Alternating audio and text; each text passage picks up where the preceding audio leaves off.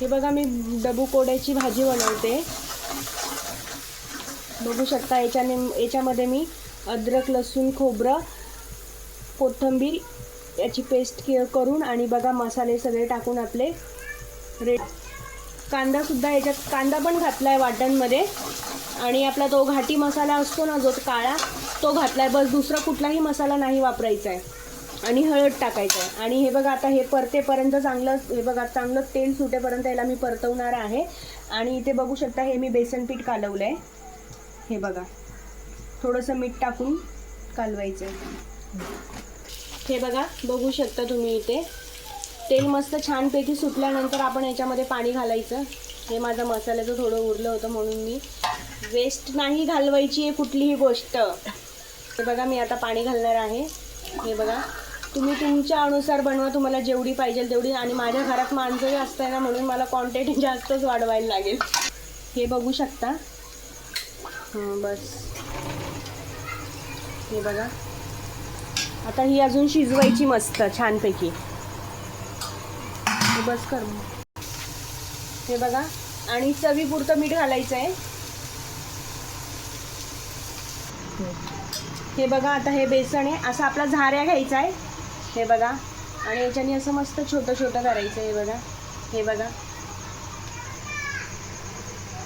हे बघा बघू शकता तुम्ही किती छान आणि सुंदर पडतंय आपलं मस्त शेव टाईप पडतं आणि छान शिजलं पण जातं, एकदम असं घट्ट होत नाही, असं मऊ लुसलुशीत राहतं बेसन।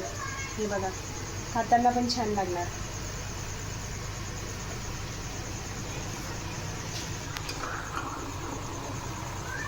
हे बघा तुम्ही बघू शकता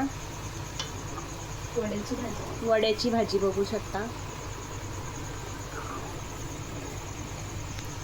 आता काय नाही मॅक्झिमम फक्त याला 5 मिनिटापर्यंत उकळी येईपर्यंत थोडीशी 2 मिनिटं उकळी आणायची आहे आणि त्याच्यानंतर गॅस असा आपला पहिले फास्टवरती उकळी आणायची, त्याच्यानंतर आता उकळी आल्यानंतर गॅस आपल्याला स्लो करायचा आहे आणि 5 मिनिटं फक्त 5 मिनिटं ठेवायचं आणि नंतर गॅस बदलायचं। तुम्ही बघू शकता एकदम सुंदर आणि छान डबू कोड्याची भाजी झाली आहे बघू शकता।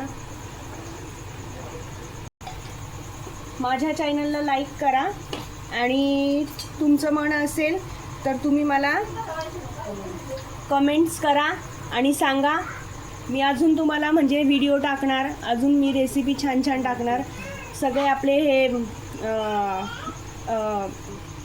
आणि ह्या सगळ्या आपल्या ज्या पण रेसिपी माझी असणार ही सगळी गावाकडचीच असणार, म्हणजे आपल्या गावरानी टाईपच असणार। माझ्या सगळ्या ज्या पण भाज्या असणार, माझी जी पण रेसिपी असणार ही सगळी गावच्या पद्धतीनेच असणार आणि मी गावच्या पद्धतीनेच भाजी बनवते।